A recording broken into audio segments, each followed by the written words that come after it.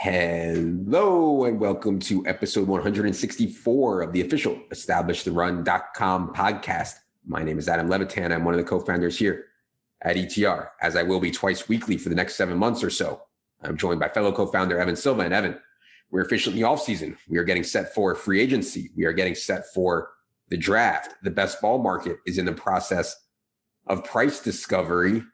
It is the offseason. What's going on? What's up, man? We just did a pretty long, but I think pretty informational podcast about the coaching carousel. I think that people will enjoy it. I enjoyed just doing it. I thought it was fun to get into some pretty, hardcore football talk. And now we're going to talk some quarterbacks. Yeah, for sure. You guys know us. We love to talk football. I think this is going to be an interesting offseason. I've heard Adam Schefter say that this is like unprecedented. He could see a scenario where 10 to 15 teams in 2021 end up with a new quarterback. And that's wild. Like half the league potentially ending up with new starting quarterbacks. I mean, that is really wild. So we're going to go through some of them on this podcast. A quick reminder for everyone, 2021 draft kit is indeed open already. Best ball rankings for the pre-draft tournament on Underdog, for the 3-mans, for the 6-mans. FFPC Best Ball. If you had the 2020 draft kit, just log in. It's free. If you didn't, or if you canceled your 2020 draft kit, it's $34.99. We'll be continuously adding and updating it until December. Of course, headlined by Evan's Top 150. We'll have announcements on when that will be debuting. All right, we're going to go through some quarterback situations here. Let's start with the big trade. There were two trades. I think the biggest one was the Rams-Detroit trade, Jared Goff for Matthew Stafford. Let's start with Matthew Stafford on the Rams. Still only 33 years old is Matthew Stafford. I think has been underrated for most of the last, 5-6 years. Matthew Stafford is legit very, very good. He has Robert Woods. He has Cooper Kupp. Van Jefferson, I thought, showed a little bit last year as a rookie. Tyler Higbee, Gerald Everett could be going. He'll have Tyler Higbee in a primary role. Cam Akers, I thought, looked really good. The offensive line is solid. From a fantasy perspective, at least, do you think this is an upgrade for Stafford? I'm not sure it is. And what do you think about the trade in general? Well, I like that you mentioned that he's underrated because, he's sort of like your favorite quarterback's favorite quarterback, because you listen to like Aaron Rodgers talk about Matthew Stafford. Like he's like, I love watching tape of Matthew Stafford. You want to talk about, people think that Patrick Mahomes invented the no-look pass. Aaron Rodgers like, watch tape of Matthew Stafford. He's been throwing no-look passes for years and years. Sidearm. Right. And the sidearm passes, stuff. Yeah. Throwing from different platforms and all that. But I love this fit, man. Matthew Stafford, he's going to be surrounded by a really balanced supporting cast with an offensive line that looks like he's going to return 4 or 5 starters. Cooper Kupp is back, highly reliable slot receiver. Robert Woods, one of the better route running and versatile receivers in the league. Tyler Higbee, who, we were off him last year when a lot of people were on him. Mm-hmm. I'm all in on Tyler Higbee. And I think it was Justin Herzig in our Slack or Leone, or maybe even both of them, that mentioned that they really, really like Higbee this year. I'm 100% because I think Gerald Everett is gone. And so I think that Higbee's going to get this full-time role with a quarterback upgrade. Cam Akers is back after finishing 2020 really, really hot. The Rams obviously lost Brandon Staley, but they still fielded a top 4 defense. Even if they regress, which they almost certainly will be, I think they'll still be, top half of the league at worst with Aaron Donald and Jalen Ramsey back. I considered putting something on Stafford to win MVP this year, but he's 16-1. So not the greatest value there. But I do think he is being set up to succeed in LA. So much more talented than Jared Goff. Jared Goff was basically a mannequin quarterback. Right. Matthew Stafford, way different. He's a true playmaker. He's not going to need Sean McVay to be reading the defense before every play. Right. I mean, to me, last year what you saw was the Rams try to hide Jared Goff. Like they knew that Jared Goff wasn't it, and they were like, you know what, we're going to play defense. We're going to run the ball a lot. We're going to try to really coddle Jared Goff, and that didn't lead to like a huge explosive games for the Rams offense. Like they knew Jared Goff wasn't it. I think that with Matthew Stafford, we can see them go back to or implement a way more aggressive, a way more wide open type of offense. So they weren't even shy about it. Like after the season, even during the season, they were like, We don't know, is Jared Goff the guy? Well, he's on the team right now. Like, they clearly did not think very highly of Jared Goff. We have Matthew Stafford as the quarterback 16 right now in our rankings, right around Joe Burrow, right around Matt Ryan, right around Baker Mayfield. I think that's probably right. But I could see Matthew Stafford outperforming that for sure. I mean, guy can certainly throw for 4,000 yards very, very, very easily. Well, I think that a lot of the common analysis regarding Matthew Stafford and the Rams this year is going to be like, oh, well, the Rams, they run the ball a lot, Yeah. But I think this is going to be this is a situation where, like, we could see Sean McVay really spread his wings as like a true play caller, and as you mentioned, become really, really aggressive. I do think that they still need maybe another piece in their pass catcher core. Unless they really think that Van Jefferson can step up into that role, and maybe he can be the answer. But I would like to see them add somebody who can really take the top off of a defense and give Matthew Stafford. God, it would be sick if they could get Kenny Golladay. Yeah. Speaking of the Lions and Kenny Golladay, let's talk about Jared Goff. And I mean, it's tough. On the last podcast, we talked about this situation. We don't think much of Jared Goff's talent. Sean McVay didn't think much of Jared Goff's talent. Now he won't have Sean McVay reading the defense for him. Like, we can see a really low floor, I think, for Jared Goff here in Detroit. I think they're going to franchise Kenny Golladay and keep him there, but I don't know for sure. I mean, Kenny Golladay could end up walking. We don't know if Kenny Golladay walks. I mean, what a mess. Marvin Jones, I believe, is a free agent. He can walk. He's been rumored maybe to end up in LA with Stafford. We currently have Goff not even among our top 20 quarterbacks for fantasy. We have him quarterback 23 around Wentz, around Jimmy G. Does Goff have any chance, Evan, in Detroit? Well, so, because the infrastructure of the Rams was so instrumental to Jared Goff's success there in LA, and how he consistently needed his environment to be basically perfect to succeed, I would be worried about his outlook in Detroit. I don't think that Dan Campbell and Anthony Lynn are on the cutting edge of any kind of offensive innovation. Golladay, Marvin Jones, both seem like they're on the way out to me. I don't know. Maybe they'll franchise Kenny Golladay. Jared Goff is like a California kid. He was born in California. He went to Cal Berkeley, played for the LA Rams, and his productivity dropped off sharply in all adverse pass protection or weather environments during his time with the Rams. He's out of the NFC West now. He's in the NFC North. So, I mean, he gets to play in the Dome in Detroit, but he also has to go play up in Green Bay and in Chicago. And he's going to face a lot more adversity in Detroit than he did with the Rams. And I think it's going to be a disaster. It's a disaster waiting to happen. Yeah. And we talked about on the last podcast, the coaching staff, quarterback situation. I mean, everything is trending down for Detroit right now. I'm not sure what their win total's at. And we're going to do a win total pod relatively soon here. But, I think probably 4.5, 5.5 would probably be where I would set the line for the Lions in terms of their win total. I can't wait to start betting win totals. It's going to be awesome. Okay, we talked about Houston a lot on the last podcast, and you can go back and listen to that. We don't want to get back into it here too much. I'm just curious what you think the best case scenario is for the Texans with this Deshaun Watson situation, because Deshaun Watson wants out. He doesn't want to play for you. Okay, let's say we want to grant him that. We want to explore it. Like you mentioned Miami on the last podcast, give up the number 3 pick, give up Tua, maybe another first-round pick or second-round pick to get Deshaun Watson. Maybe that makes sense. You draft, I don't know, Josh Fields or Zach Wilson or whoever is left there. That sounds like a pretty good outcome to me for Houston. Is there anything else you can think of how Houston situation is going to play out with Deshaun Watson? So I haven't seen any win totals out yet, but I have looked at like Super Bowl odds, and the Texans are dead last. They have Deshaun Watson as their quarterback, a top 5 quarterback in the NFL. They are dead last in Super Bowl odds. That is, I mean, even if you take into account, some of the possibility that Deshaun Watson might not play for them this year, that is just embarrassing. It's pathetic. And, it's indicative of where they are as an organization. If you look at all their recent organizational moves, I think they've become extremely motivated by PR, by public relations. They cut J.J. Watt rather than trying to flip him for a draft pick. And they got reporters around the league to call that move classy. Since when have the Texans been classy? Okay. They are not a classy organization. I mean, this is a team that has, like there have been hit pieces written about this Jack Easterby, like on a regular basis for the last year.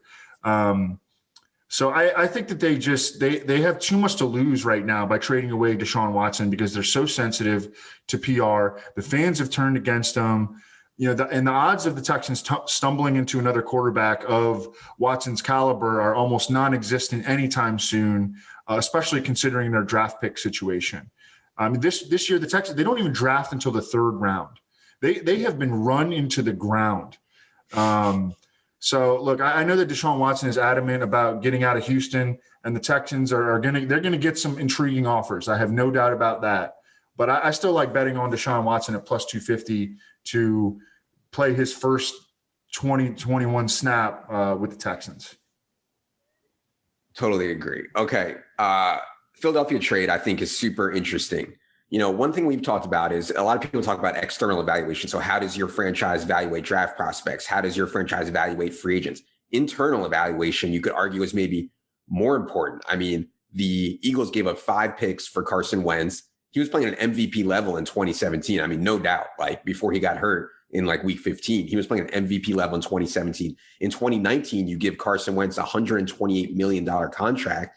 And then in 2020, he was horrible. Honestly, it looked like he had the yips. Like he couldn't hit like a 10-yard out. But the wide receiver group was really bad. The offensive line was not much better. Then you just bail. You bail on this trade to the Colts, and I understand you're likely going to get a first-round pick back. You are eating a $35 million cap hit. I mean, like unheard of, like $35 million cap hit. Was it because they thought Jalen Hurts played so well in his spot duty last year? Is it because they want to take quarterback with their 6th pick? The Eagles are a really interesting situation, man. I know you asked yesterday about the takedown pod that you do with Fantasy Mansion once a year. A lot of people suggested you should do the Eagles, and which is what's considered the Golden franchise, right? Like there was a time when Jeffrey Lurie called the Eagles the gold standard. Now I think people think that Lurie and Howie Roseman are really sharp, and I kind of do too. The way they handled this Wentz situation, I think deserves plenty of criticism. So what do you think about the trade first? And then I want to get into some of the other fantasy stuff.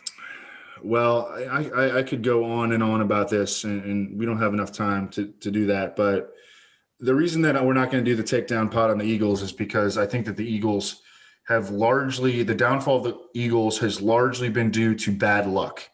And nobody wants to hear about, luck. Some people don't even believe that luck is a real thing. It absolutely is a real thing. But I think the Eagles have just primarily just had bad luck. But, as for Carson Wentz in Indianapolis, I don't have no idea how this is going to go. I don't think anybody has any idea how this is going to go. But I do think we can say it's a best case scenario landing spot because, first of all, Carson Wentz needed a change of scenery. That much is very, very clear. This change of scenery reunites him with Frank Reich. Frank Reich was Wentz's offensive coordinator during his 2016 rookie year and his MVP caliber season in 2017 before he got hurt. He's going back to playing indoors at Lucas Oil Stadium. He played indoors at North Dakota State. But he played, outdoors so much in the NFC East. I think that might help him a little bit. Frank Reich is a former quarterback himself. He has emphasized his quarterbacks getting rid of the ball quickly. One of Carson Wentz's biggest problems has been this tendency to just grip the ball in the pocket for way too long. So emphasizing him getting the ball out quickly can, build rhythm and, certainly cut down on the number of sacks that he takes. And, he developed a ton of bad habits in Philadelphia. The Colts have a big hole to address at left tackle after Anthony Costanzo retired, but otherwise their offensive line is in great shape.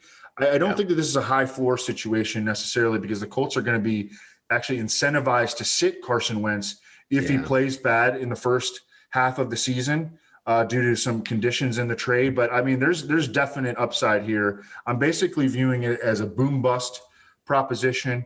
Probably a guy I'm going to want to stay away from in best ball, maybe.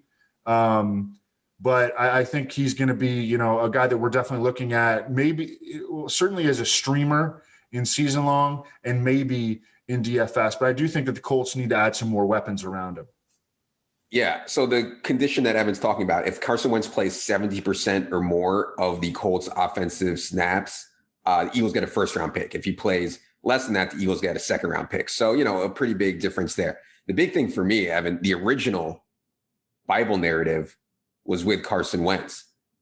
Deeply religious was Carson Wentz. And he had this bond with Frank Reich, who was also deeply religious. I know everybody's out there laughing right now. Like, there were rumors that Carson Wentz alienated his teammates, didn't get along with Peterson, wasn't talking to Peterson for a long time. I mean, he's boys with Frank Reich. They're going to study, Genesis 3.4, whatever the hell it's called, together. And that's going to create better synergy on the field. Okay. So I think the outlook on Carson Wentz is good. I think T.Y. Hilton is pretty far dusted, but they are getting Paris Campbell back. They are getting Michael Pittman, who I thought showed some really good things last year. Brandon Thorne, obviously, I think one of the preeminent offensive line guys who works with us, said he's not that worried about Anthony Costanzo leaving because the left tackle draft class in this class is so deep, and that he expects them to start a good rookie at left tackle. And also that rookie left tackle can play next to Quentin Nelson. Right. So, that was a really good point made by Thorne. I want to go back to Philly for a second. We have Jalen Hurts at QB 11 right now in our best ball rankings. And obviously, in order for Jalen Hurts to be the QB 11, he'll need to win the job to keep the job for the entire year. We think it is worth gambling right now on Jalen Hurts doing so, because as you saw at the end of last year, I mean, he was ripping off 40 balls on DraftKings, without much of a sweat, thanks to his rushing ability. And that was without very many wide receiver options. I think they'll upgrade those. Deshaun Jackson is gone. Alshon Jeffrey is gone. We're talking about Rager, Fulham, Goddard, and then whatever else they can add. I think they will make some adds. So, Jalen Hurts is going to be a very sexy pick in fantasy. There's a risk there in best ball because they could take a quarterback in the first round and have some competition there. I don't know. What do you think about taking Jalen Hurts in best ball right now? And assuming he wins the job, how high would you be on him? Yeah, I would definitely be willing to take him in best ball. I think that he is, his ceiling is just really high. He doesn't really have a safe floor, and I mentioned that Carson Wentz, I don't think has a safe floor either. But I think that the upside on Jalen Hurts is massive. As we talked about on the coaching quarterback or the coaching carousel podcast that we just did, Nick Sirianni, the Eagles' new coach, he's had success coaching Andrew Luck, coaching, I think that they got the most out of Jacoby Brissett. And then I think, Phillip Rivers definitely exceeded expectations this past year, all under that Colts coaching staff where Nick Sirianni was the OC. Now he's the head coach in Philadelphia. I like that ability that Sirianni has shown to get the most out of different styles of quarterbacks. And now you have Jalen Hurts, a dynamic dual threat quarterback. I took him as an extreme MVP long shot bet, like a week and a half ago at 100-1. And then I hit it again at 80-1 right after the Eagles traded Carson Wentz. It's down to 70-1 now at DK Sportsbook. And I think it's still bettable. But, obviously there are no sure things here. The Eagles have the 6th overall pick. Their organizational commitment level to Jalen Hurts is questionable. Nick Sirianni was not on staff when Jalen Hurts was drafted. But I think this is another team, the Eagles, the 2021 Eagles, I think they should do like a soft tank where they get rid of all their over-the-hill veterans. They trade down from number 6. They stockpile future picks. They give Jalen Hurts the full year with Jalen Reagor and Dallas Goedert and Miles Sanders and Travis Fulgham. But I'm also kind of biased after these Jalen Hurts MVP bets. But I think that they're in position that where they could give Jalen Hurts a full year. And that number 6 pick is not necessarily in great position to land a quarterback anyway. Right, exactly. And I could see them doing that for sure. I do think that, like we said, we have Hurts at QB 11. We're betting on Hurts being the guy for sure. Shout out to me, by the way. I was in this card collecting contest last year. And in week 1, I bought up a bunch of Jalen Hurts rookie cards. So yeah, I didn't think that it would go like this for Wentz, but there was at least the market wasn't pricing in how it could go for Wentz. People were just like, oh, they wasted a pick on Jalen. They wasted a second-round pick on Jalen Hurts. He's never going to play. I mean, you just never know in the NFL. When are we going to get NFL Top Shots? Yeah, I would guess as soon as they get a deal done. I mean, for sure it's coming. Unfortunately, I believe the market will start out way, way, way higher than the NBA one did, obviously. So I can't wait to open up some packs with you, NFL Top Shots. Good. All right. New Orleans situation is interesting, man. I don't know if you talked to Underhill. I don't know what the speculation is. If it was me, I would go with Jameis, but Sean Payton has shown so much of a commitment to Taysom Hill. Jameis is a free agent. And by the way, Drew Brees, he says he's retiring. It's not official yet. So we'll see there. There's been some light rumors that maybe Drew Brees comes back for one more year. I don't know, man. I kind of think they go to an open competition between Jameis and Taysom and see what happens. I think your ceiling is so much higher with Jameis. Obviously, the floor is lower because of all the interceptions that he's going to throw. What do you think is going to happen with the Saints quarterback situation? Yeah, so I definitely talked to Underhill about this. And, I ran the Drew Brees speculation by him, and he was adamant, Brees not coming back. Yeah, he's done. Not coming back. Yeah. And he's also convinced that Jameis Winston is going to be the Saints starter this year, or at very least that he's the favorite. He's the guy that Underhill would bet on. Taysom Hill returns as probably like a backup and a role player. Unfortunately, though, if Taysom does return, it's going to be difficult to support Jameis, I think, as a fantasy pick because Taysom can steal those valuable snaps in the red zone and even wind up making starts if Jameis starts throwing picks again. Yeah, and Sean Payton's not up for the YOLO ball. Exactly. Yeah. And also it's a very different situation than what Jameis had in Tampa Bay. I mean, the Saints have a legit good defense, and their weaponry is nothing like what he had in Tampa Bay. So yeah, I don't know. I think he could be okay in fantasy, but I don't think we're going to see him have nearly the upside. And then again, because Taysom probably is going to return, and Sean Payton is going to have that, he's not going to give him a lot of rope. Jameis Winston doesn't have a very safe floor either. Yeah, totally agree. And yeah, we docked both Jameis and Taysom really low in our best ball rankings. I mean, not only do we not know who's going to start, we also think that, as Evan alluded to, if Jameis does win, he'll be overvalued anyways. Carolina's situation, I think they just simply think Teddy's not good enough, period. The ceiling's not high enough on Teddy. We can't win a Super Bowl with Teddy. And so this guy, David Tepper, who has more money than God, is I want a quarterback. I want him now. What can we do to make that happen? And there's been a lot of Deshaun Watson rumors. I don't know if they have enough in the tank to get Deshaun Watson. It would cost them $20 million in dead cap money to dump Teddy Bridgewater. So maybe Teddy stays in the mix in some way. I don't know. What do you think happens with Carolina? And do you agree with them that Teddy's not the guy? Yeah, I mean, I don't think Teddy's the guy. I think that Teddy just proved himself to be exactly what we thought he was. And that's a really low-end starter, great backup. Again, he went in and won 5 games in 5 starts with the Saints the year before. Great backup, and very much a fringe starter, and you're never embarrassed to run out Teddy Bridgewater as your starter for a few weeks in a row. But yeah, not a guy who's going to elevate teammates, and maybe even is a guy that de-elevates teammates, because I think that they could have gotten more out of their offense, than what they did. I mean, Teddy Bridgewater threw 14 touchdown passes or something that this year. I mean, he's not going to elevate his teammates. Yeah, for sure. Yeah, it's interesting to see what they do there. I think Carolina's for sure a team to watch around the draft to see if they try to move up, to see what they can try to pull off, because they're definitely going to try to pull off something. New England, it seems unlikely that Cam's going to be back, although maybe. Cam went on Brandon Marshall's podcast earlier this week. And by the way, I don't know if you caught this. Cam claimed that thanks to getting COVID, and he only missed 2 weeks, but Cam said that getting COVID cratered his whole season mentally, not physically. He was mentally, I was out of it from COVID. I missed too much, so that speaks to your Cam, COVID fog for the reason that Cam's season was such a disaster. But anyway, COVID fog, very much a real thing. He's undrafted. He's an unrestricted free agent. He wants to come back.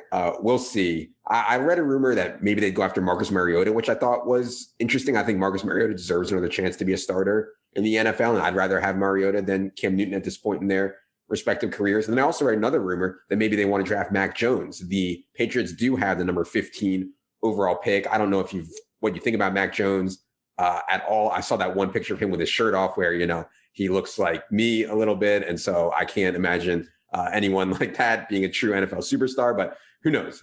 What do you think New England's going to happen? What's going to happen with New England at quarterback? Yeah, I haven't gotten into really watching the college prospects yet. That's next on my to-do list. But, I mean, these quarterbacks that come in and are athletically very limited, like Mac Jones, the initial thought, I think, should be skepticism.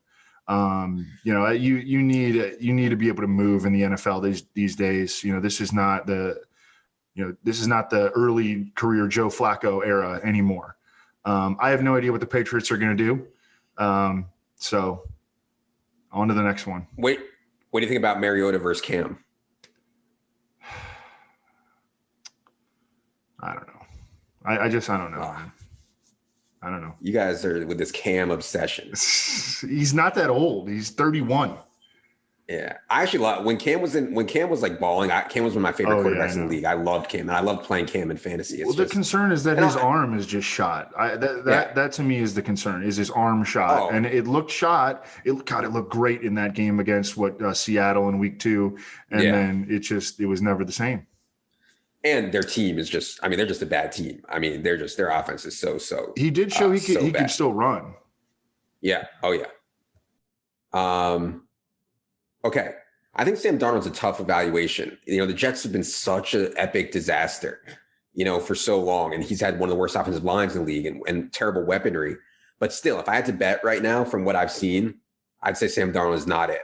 And if I was the Jets and I had the number 2 pick, I would be taking either Josh Fields or Zach Wilson. Do you agree that Sam Darnold, despite the situation, would you have fear if you're the Jets that you trade Sam Darnold to somebody else and all of a sudden he becomes good, like a top 10 quarterback? Is that in the cards for Sam Darnold? And what do you think happens with the Jets? Well, I definitely think he has the tools, and he's still very young. He's a guy who came into I think he was the youngest first-round quarterback ever, or something like that, or the youngest number 1 overall pick quarterback ever. So he's got that on his side, and again the tools. I mean, he's athletic. He can make throws on the run, but I'm worried that his confidence is shot, and that's the number maybe the number 1 thing. There's like a baseline skill set maybe that you need, but other than that, you need to have poise. You need to be able to bounce back from, not let a bad throw affect your next 7 throws, and I'm worried that he doesn't have that. And maybe he will mature. I mean, he's a guy that I could see bouncing around a little bit and then having success when he's 31 and he's kind of gotten it, like Rich Gannon or even Ryan Fitzpatrick or, guys can have later career success after they overcome early career adversity, and they just kind of grow up. And I think that could be what happens with Sam Darnold. But for the next couple of years, I think that the smart money is against him, unfortunately. Yeah, I kind of Sam Darnold's situation reminds me a little bit of Matt Barkley, who I think, maybe because they both went to USC or whatever. Matt Barkley, I think, can be a really good backup in this league, and maybe Sam Darnold can find his way there too. So if you were the Jets, you would take one of the other 2 quarterbacks. Obviously, Lawrence won't be there. You think you would take Fields or Wilson at number 2? Yes. Okay, I agree. The Bears. On Darnold, I just wanted to mention on DraftKings Sportsbook, other than him just staying with the Jets, the 3 favorites to get him, according to them, which this stuff is just it's as good as the market is so liquid. It's also just as good as Schefter reports and whatever. That's what they're basing this on. But they don't have inside information within the organizations. Right. But the Bears, the 49ers, and Washington are all plus 500. It wouldn't surprise me if Darnold landed with the Bears at all. The Bears were somewhat involved in Carson Wentz, and they need to take shots at the quarterback position. 49ers would be really interesting. See, that's a situation where, maybe the smart money would all of a sudden become on Sam Darnold if he, he got with Kyle Shanahan, and then Washington, whatever. Yeah. By the way, on those markets, I think that people treat them as the sportsbook knows something, or people betting them know something. It's not that, because the limits are so low. Like, the reason that NFL lines are so hard to beat is because there's billions of dollars in the market finding price discovery. On this, if the limit is 100 or 200 or 300, it doesn't matter. Like, it's not an efficient market at all. So it's just for fun, but I still think it's interesting to look at for sure. You mentioned the Bears. It's pretty incredible how inept the Bears have been at the quarterback position for so long. Like, I can't even remember last time the Bears had an exciting, and they had shots at Deshaun Watson. They had shots at Patrick Mahomes. A lot of teams did, but still, the only quarterback they have right now under contract is Nick Foles. Mitch is a free agent. They've been rumored with Darnold, as you mentioned. They've been rumored with Jimmy G. In the 20th overall pick, Trey Lance might still be there. I don't know if you have a take on Trey Lance yet. I doubt it, considering how early we are. But yeah, there's a lot of different ways the Bears can go. Do you think Mitch will be back? Do you think they go for Darnold? They got to find the solution here at the quarterback position. It's just been ineptitude for so long. I think that what's best for the Bears is for them to, for the organization, is for them to, I don't know, whatever they do, just don't get the quarterback situation right again, and then Ryan Pace gets fired, because Ryan Pace is an absolute disaster. Actually, I think we're going to do the takedown podcast on the Bears, because this is going to be an absolute layup. And once I started really thinking about it and, jotting down some ideas, I was like, we got to do this. So, right. Yeah, we got to do it before Ryan Pace gets fired, because you can't do it after Ryan Pace gets fired. You got to do it, as he enters his lame duck year, because man, he's like a piñata, baby. We're going to rock this dude. Oh God. Okay. Washington football team. Alex Smith threw the Washington football team under the bus this week. I don't know if you caught this, but he basically said that they were rooting against Alex Smith, is what he felt like he messed everything up by getting healthy and all this. It doesn't sound like he wants to go back, I guess, is the bottom line. So as you mentioned, Sam Darnold, maybe Cam, maybe Ryan Fitzpatrick, maybe, their defensive line is so sick. They can legit be a playoff team just with a defensive line and Alex Smith level quarterback play. We saw that last year, but the window is kind of small on the defensive line, and it's just hard to win in today's NFL when you have these kind of low tier quarterbacks. So I'm not sure what their plan is. Any idea what you think is going to happen? Who would you bet on to be Washington's quarterback come week one? Yeah. Look, I don't think that Taylor Heineke is the answer, but they did re-sign him. And he had that really nice playoff game against Tampa Bay, which, one of the better defenses in the league. I think they're just going to end up having a game manager type, whether it be Alex Smith, whether it be Heineke, whether it be, Kyle Allen. Yeah. Maybe they'll go after Cam. And then they'll just rely on their defense to kind of win games and try to win, every game 17-13. Yeah, that's what they're built to be. They don't have a high draft pick. Yeah. We like Terry McLaurin for sure. We like Logan Thomas. We like Antonio Gibson. It's hard, if Cam goes there, if Sam Darnold goes there, if Alex Smith goes back, it's just not that exciting, even though I think, those guys have been so good. And also how condensed it was last year was so good. The target shares for Terry and LT3 were so awesome. All right, a couple more here from the NFC West before we get out of here. Seattle. Russ has been bitching, and I kind of talked about it with the Deshaun Watson thing. It's February. Guys are going to bitch, and then they're going to calm down, and I think it'll end up being okay for Russ. But I think he was bitching hey, I need more help. I need better offensive line play. I want to play until I'm 43, like Tom Brady, given the state of our current offensive line. That seems really, really unlikely. Now, of course, Russ holds the ball a lot longer than Tom Brady does. But, I think this is going to all end up being a bunch of nothing, and Russ is going to be back with Seattle, unfortunately, running an offense that will be extremely run heavy, like we saw in the second half of last year. Do you have any different takes on how the Seattle situation is going to play out? I don't think there's any way that they can trade Russell Wilson. That would be a travesty. Yeah.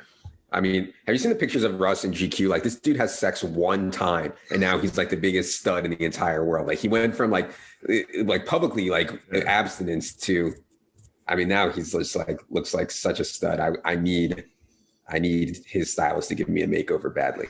All right, last one. San Francisco.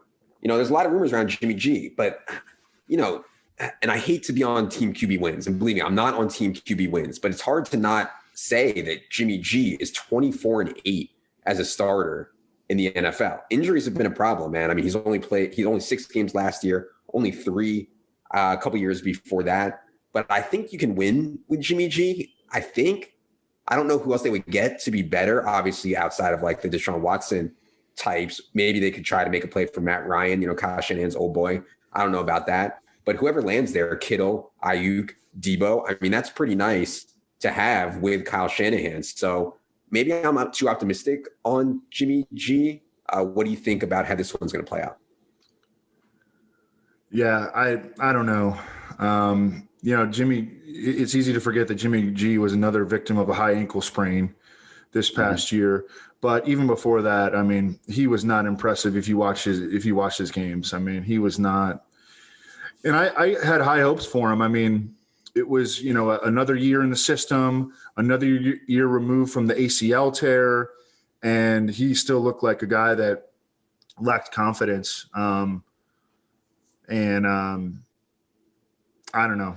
I think he's just okay, and I think that's about it. Yeah, and I think maybe they'll poke around and trying to upgrade. I think, my takeaway mostly would be that like Kyle Shanahan with the weapons that they have, I think the quarterback who is in there is at least going to be a streamer type and, and good matches of DFS play. Yeah, because those dudes are just so electrifying after the catch. Ayuk, Debo, and Kittle. Even if it's, if it's just Garoppolo coming back as the starter, like he's going to have games where he puts up numbers because those dudes are all you got to do is just feed them, and those dudes are going to make plays. One of the things last year, we didn't talk about on the review pods, the Tom Brady situation, but I was certainly lower than market on Tom Brady, and Leone was higher than market on Tom Brady. And his biggest point was like quarterbacks. Yeah, it's a quarterback. Quarterback stats are quarterback stats, but the weapons that they have make a huge difference. It's like it's hard for Tom Brady to fail with Mike Evans and Chris Godwin and Antonio Brown and Rob Gronkowski, et cetera, et cetera. So yeah, I think that's starting to think more about weaponry more than quarterback actual talent. I think can make a difference for sure. All right. That's going to do it for this coaching carousel pod. Hope you enjoyed our discussion here. Draft Kit is open, as I mentioned before. Best ball streets are open indeed. A lot of price discovery going on. I mean, a guy will go in like the 7th round in one best ball draft, and you do another one 2 hours later, he'll go in the 11th round. And so there's a lot of inefficiencies in the market that you will not find later on in draft season. For producer Luke, for Evan, I'm Adam. Good luck, everybody.